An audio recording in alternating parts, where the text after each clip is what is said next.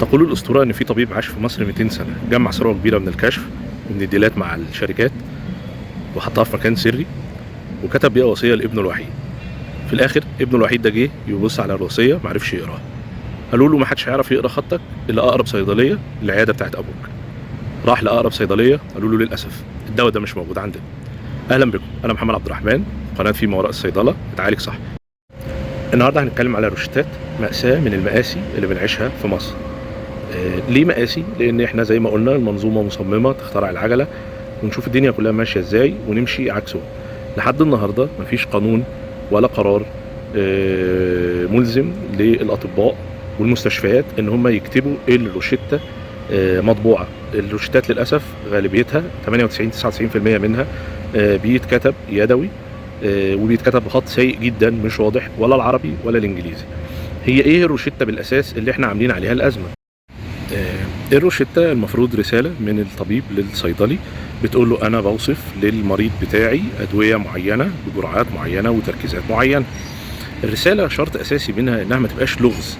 الرسالة لازم تبقى واضحة بلغة واضحة، الانجليزي انجليزي واضح، الارقام واضحة، العربي بتاع الجرعات واضح. ده اللي اصطلاحا المفروض يكون متعارف عليه. الدنيا كلها بره تجاوزت مرحلة الاخطاء بتاعة الروشتات بان الروشتة تكون مكتوبة بالكمبيوتر.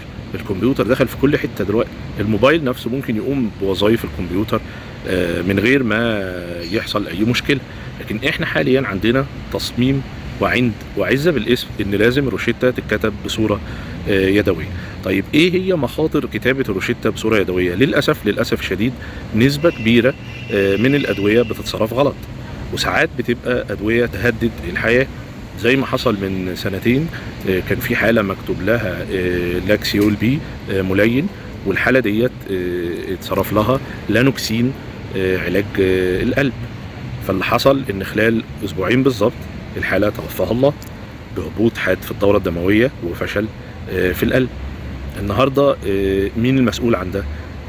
اكيد هيبقى مشارك في المسؤولية اللي صرف لانه ما تأكدش. طيب وفين الطبيب؟ طب واحنا ليه نستنى لما يموت شخص واثنين ثلاثة؟ احنا بنشوف مهازل اصلا في صرف الادوية. يعني احنا قلنا ان اللانوكسين بيطلع مكان ليفوكسين ومكان لاكتيول بي ومكان حاجات كتير تانية. كمان في الدوفاستون والدوفالاك والدوفاستون والدوسبيتالين، في ثنائيات كده. ده غير طبعا عائله سبازمو، يعني اي حاجه سبازمو بتطلع مكان اي حاجه سبازمو. يمكن دي مثلا للتقلصات والمغص ما فيهاش مشكله. الازمه هنا اني انا مش متفهم ليه العند بتاع غالبيه الاطباء والنقابه ومن وراهم وزاره الصحه للاسف ان لا مش هنجبركم ان انتوا تكتبوا روشته بالكمبيوتر. انا متفهم ان جزء للاسف من الاطباء شايف ان ده مصلحه شخصيه، لان في حاجتين. في سمعه غريبه كده ان الطبيب اللي خطه وحش ده هو الطبيب الشاطر، وفي علاقه بين الطبيب ده واقرب صيدليه هي الوحيده اللي بتعرف تقرا خطه، وبالتالي هو بياخد عموله على صرف الاصناف دي من الصيدليه دي تحديدا. فدي مشكله. طب هل الاطباء في مصر كلهم بياخدوا رشاوى طبيه؟ ما اعتقدش طبعا. وبالتالي انا اتمنى ان كل طبيب مش بياخد رشاوى طبيه حتى لو خطه كويس، ارجوك اعتمد على الكمبيوتر. اعتمد على الكمبيوتر عشان تبقى قدوه حسنه لغيرك. طيب ايه ابجديات ان انا اقرا الروشته؟ للاسف الشديد الناس او اغلب زمايلنا في الصيدليات هو بيبص على الاصناف اللي مكتوبه وخلاص على كده. لا، قرايه الروشته ليها طريقه بسيطه جدا، بس لازم كل مرة امسك اي روشتة اعمل فيها كده لمصلحتي ولمصلحة المريض، لان برضو في اخطاء شائعة بتتعمل من المرضى نفسهم هنعدي عليها برضو. يعني الموضوع مش كله اخطاء طبية في الكتابة. اول حاجة، انا لما بتجيني روشتة لازم افردها كده كلها. يعني ساعات بيجي المريض يدي لك روشتة متطبقة وعليها سهم على الصنف اللي هو عاوزه، قول له حاضر انا هطلع لك الصنف ده، بس انا لازم اقرا روشتة كاملة. افرد الروشتة واقراها. الروشتة بتتقرا ازاي؟ اول حاجة ان انا لازم اقرا اسم الطبيب وتخصصه. تاني حاجة عنوانه عشان اعرف هو في انهي اقليم، قريب مني ولا بعيد عني. تالت حاجة اسم المريض والتاريخ والتشخيص. طيب استفدنا ايه من اللي قريناه ده؟ اسم الطبيب وتشخيصه، لان في اطباء بيبقوا اصلا معروف عنهم ان هم بيكتبوا اصناف مش متوفرة الا في صيدليات حصرية. فانا بختصر على نفسي المشوار. هو جايب اصناف بير سلم او اصناف متفق عليها ديلات، فانا لما بقرا الاسم وببقى عارفه بقول له والله يا استاذ فلان روح المكان الفلاني هتصرف الدواء بتاعك. اغلبهم بيكون دكاتره جلديه للاسف الشديد. طيب بعد كده العنوان بتاعه برضو بيفرق. ليه؟ لان احنا برضو عندنا منظومه غريبه جدا، ان مع ان الصعيدي من مصر والاسكندراني من مصر والسيناوي من مصر، بس كل اقليم بتحكمه مافيا دواء مختلفه. وبالتالي لو انت في الصعيد واتكتب لك دواء ونزلت صيف في اسكندريه، مش هتلاقي الدواء بتاعك في اسكندريه في الغالب يعني، هتلاقي مسايل لشركات مختلفه. وحسب بقى اقتناعك ووعيك وكده، وهتقتنع بيا ولا لا. فهنا الاقليم بيختلف. يعني احنا لما جينا تنادي على اخوك الصعيدي وابن اخوك البورسعيدي، نسينا قصه مافيا الدواء في الاقاليم. الاسم بتاع المريض والتاريخ، لان للاسف الناس بتاخد روشته باللون، والناس بتاخد روشته بالكيس اللي محطوط فيه. فممكن تبقى روشته للام ويفتكروا ان دي روشته الابن، او العكس. وطبعا ساعات بيبقى الدكتور واحد فالخط واحد، فهم مش عارفين. انت لما بتقرا اسم المريض بتتاكد منه، انت كده بتقول له دي بتاعت فلان او بتاعت فلانه، تمام. طيب التاريخ بقى، الروشته الحديثه ليها اولويه في الصرف. يعني انت جاي لك روشته بتاريخ النهارده بتاريخ امبارح، لكن غير روشته من شهر، غير روشته من سنه. انا شفت روشتات من 20 سنه. يعني حد في 2023 وفي 2024 مطلع لي روشته سنه 99 وسنه 98، ومتخيل انه لازم يلاقي الاصناف اللي فيها. طبعا دي بقى تروح مع الطبيب اللي عاش 200 سنه ودفنها، دفن الثروه بتاعته. فانا هجيبها منين؟ انا هجيب منين اصناف من 20 30 سنه؟ ده الاصناف من 4-5 سنين خلاص بطلوا انتاجها، والشركات بتقلب عيشها في اصناف تانية. فانا لازم طبعا ساعات بقى في التاريخ ده انا بكتشف ان المريض غلطان، انه مداوم على علاج كان المفروض ياخده مره او مرتين. الكلام ده بيحصل مثلا في الغالب مع حقن الكورتيزون المركزه طويله المدى، الديبروفوس والبيتافوس والحاجات دي كلها. بلاقي المريض مكتوب له بالبنط العريض كده حقن عضل ولا تكرر، وهو عمال يكرر فيها، وده غلط. الحقنه ب20 جنيه بس انا هضره، هاذيه، هيخسر صحته، لان اضرار الكورتيزون دوت كتير جدا يعني. فهنا انا لازم التاريخ اراجعه مع المريض. طيب ابتديت بقى هنزل تحت علشان اقرا الروشته، لا معلش، في تشخيص. وهنا انا بعتب برضو على اخواتي الاطباء، انت ما بتكتبش التشخيص ليه؟ حضرتك لازم تكتب التشخيص عشان انا ابقى عارف الحاله ايه، اساعد معاك، اقوم بدوري. حضرتك اكتب التشخيص، ولو قست الضغط اكتب قياس الضغط، ولو حضرتك كتبت درجه الحراره اكتبها، والاعراض حطها برضو، المريض بيشتكي من ايه، مفيش مشكله، احنا بنكمل بعض، انا مش براقبك. لان للاسف ساعات بتيجي روشتات، خصوصا بقى المستشفيات، يعني الدكتور في العياده بتاعته بيبقى عامل فورمه شويه كده مكتوب فيها بقى الدايجنوزيس ايه والاعراض ايه وبتاع، لكن المستشفيات هي اسطمبه واحده لكل العيادات. فانا مبقاش عارف هو اصلا المريض اللي قدامي ده بيشتكي من ايه. طب انا هكشف له، هصرف له علاجه ازاي؟ هطلع له علاجه ازاي؟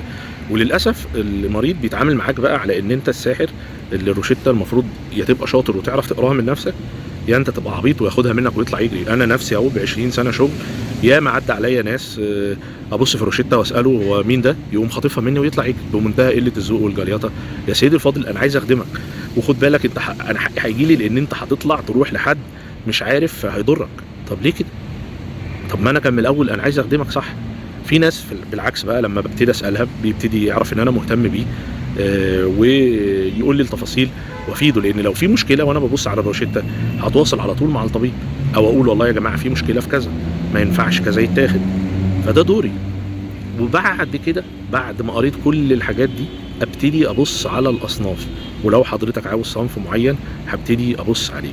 طيب احنا ايه مشكلتنا مع الروشتات المكتوبه؟ زي ما قلنا ان بيتكتب مقطع حرف والنص شخبطه كده، والتركيز مش واضح، وبعدين تحت بالعربي لاضم خط خيط كده عامل زي الرسمه بتاعه رسم القلب، ما تبقاش انت عارف. في الصيدليات وخصوصا لما يبقى طبيب قريب منك وانت خلاص اتعودت عليه واتصلت بيه مره واثنين وعشرة، بتبقى حافظ خطه. يعني انا حافظ خطوط الاطباء زمايلي اللي في المنطقه حواليا، لكن للاسف طيب افرض هو برضو غير الاصناف اللي بيكتبها، طب افرض هو عاوز يقول ملحوظه، ليه مش يوضحها؟ يعني هي الفكره في بعض الاطباء جنب مني محترمين، حتى لما بيلاقيك انت رايح مكان بعيد مش هتروح لاقرب صيدليه ليه، بيكتب لك الاصناف بالعربي كمان علشان يوضحها، وده يشكر على اللي هو عامله ده. لكن في ناس تانية لا، ما بيعملش كده خالص، هو بيبقى محتفظ بالروشته انها لغز ولغاريتم. طيب انت ايه الدور بتاعك لحد ما الفوضى دي تتصلح؟ يعني اذا فضل الوضع قائم على ما هو عليه، ايه الدور بتاع الصيدلي في صيدليته لما تجيله روشتة؟ اول حاجه قلنا الالتزام بتكنيك معين في قرايه الروشتة، ان احنا مش نقرا الصنف بس او نقرا ظهر الروشتة بس، نقرا اسم الطبيب، تخصصه، عنوانه، اسم المريض، وتاريخ اليوم والتشخيص والاعراض بتوع الحاله، ونقرا الروشتة كامله، وبعدين نطلع الصنف المطلوب ونتاكد هو ده اللي هم عايزينه ولا لا. دي نقطه. النقطه الثانيه ان انا الصنف اللي مش عارف اقراه ما اتكسفش واقول انا مش عارف اقراه، يا نتواصل مع الطبيب، يا اتفضل حضرتك خد روشته ارجع للطبيب يوضحه، يا نتصل بيه، يا انت تتصل بيه. المهم ان انا الحاجه اللي مش عارف اقراها اتمنى اقول ان انا مش عارف اقراها. رقم 3 الجرعات. في حاجات الاطباء بتكتبها وهي مش كير، او هو متعود انه يكتب الجرعه ناقصه وانت اللي تكمل الجرعه. زي ايه؟ زي الاصناف اللي بتتاخد على معده فاضيه. يعني اي انتي بيوتيك ماده الفعاله بتاعته ازيثرومايسين، لو الدكتور كتبه مره في اليوم كل 24 ساعه وسكت، انا ما ينفعش اسيب المريض يخمن، وما ينفعش اقول للمريض بعد الاكل، تبقى كارثه. وما ينفعش اقول له قبل الاكل، برضه تبقى كارثه. ده لو الطبيب غلطان وكتبه قبل الاكل على طول او بعد الاكل على طول، انا لازم اقول للمريض قبل الاكل بساعه او بعد الاكل بساعتين. وفي حاجات كتير كده زي الحاجات بتاعه التورم، الالفنترين والامبيزيم والماكسيليز، واي مضاد حيوي سيبروفلوكساسين الاحسن اخده قبل الاكل بساعه، واي مضاد حيوي عموما الاحسن اخده قبل الاكل بساعه. فدي جرعات اساسيه. اختبار الحساسيه مش شرط الطبيب يكتبه، الطبيب ما يكتبوش، بس انا لازم اوضحه للحاله.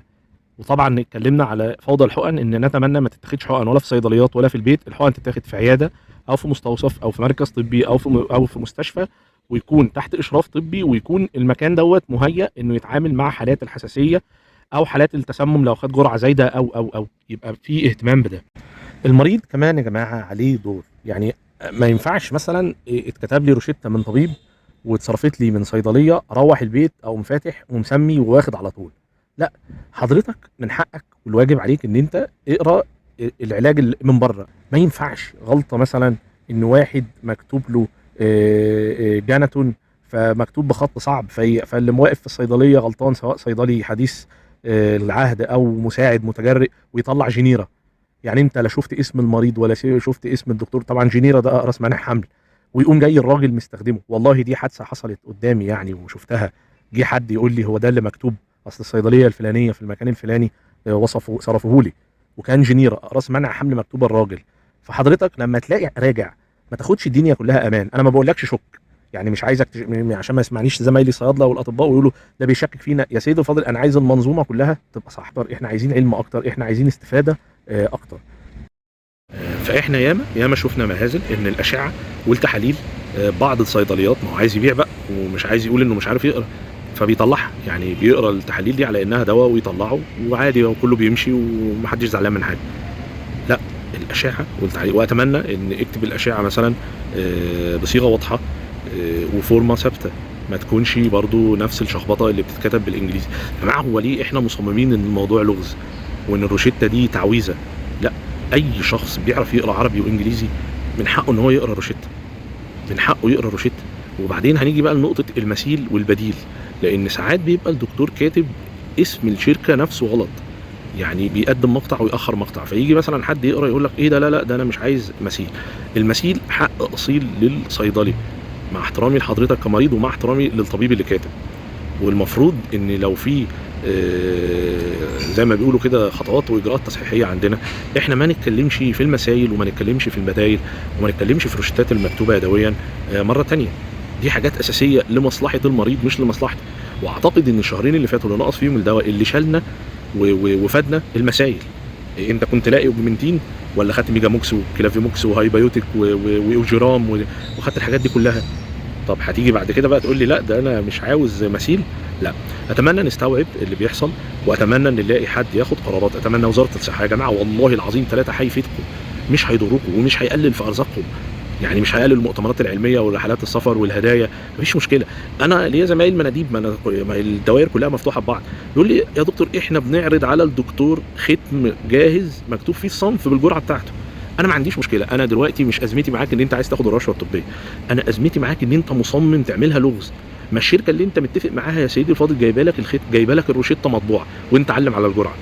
المهم ان الروشته لما تروح الصيدليه يبقى صنف مكتوب واضح بتركيز واضح وبجرعه واضحه. اللهم بلغت اللهم فاشهد. يعني انت كمان عشان تقوم بدورك. اتمنى ان الروشته ما تبقاش صعبه، والروشته مش شطاره قوي اللي يقول لك انا بعرف اقرا الروشتات، ولا قرايه الروشته شطاره، ولا عدم قرايه الروشته عيب ونقيصه وحاجه نستعر منها. الروشته كتابه، انا بعرف اقرا هقراها، انا ما بعرفش اقرا مش هقراها، بس لو مكتوبه لي واضحه. لكن لو مكتوبه مش واضحه يبقى الازمه، كل الازمه عند اللي كتبها. اتمنى الروشتات لانها موضوع مهم جدا نتجاوزه، اتمنى توعيه، اتمنى ان لما حضرتك تطلع من عند الطبيب وتلاقي الروشته مش واضحه ارجع له ولوم عليه، لان واحد واثنين وثلاثه هيلوموا على الطبيب بتاعهم، هيخجل من اللي هو بيعمله وهيحسن من الروشته. ده احنا دلوقتي عندنا تطبيقات بتكتب بايدك يطلعوا لك برنت مطبوع، انت محتاج ايه اكتر من كده؟ مفيش اسهل من كده يعني. دمتم اصحاء واشوفكم على خير، سلام عليكم.